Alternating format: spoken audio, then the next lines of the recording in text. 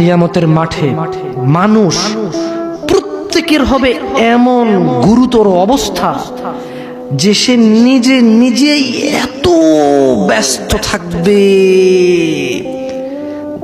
একটু চোখ বন্ধ করে ভাবুন, কিছু নাই পৃথিবীতে, আপনি একা, আপনার গুনাহ দেখা যাচ্ছে, চতুর্দিকে আগুন দেখা যাচ্ছে, আল্লাহর বিচার হচ্ছে, মানুষ জাহান্নামে পড়তেছে, মানুষ উলঙ্গ, কেউ কারো লজ্জাস্থানের দিকে তাকাচ্ছে না, মা তার সন্তানের খবর নিচ্ছে না, সন্তান তার মায়ের খবর নিচ্ছে না, স্ত্রী তার স্বামীর খবর নিচ্ছে না, স্বামী তার স্ত্রীর খবর নিচ্ছে না।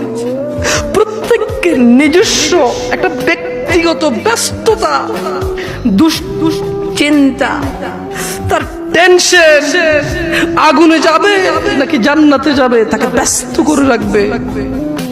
উজুহু ইয়াওমাইযিন মুসফিরা, এই ব্যস্ততার দিনে কিছু চেহারা হবে উজ্জ্বল।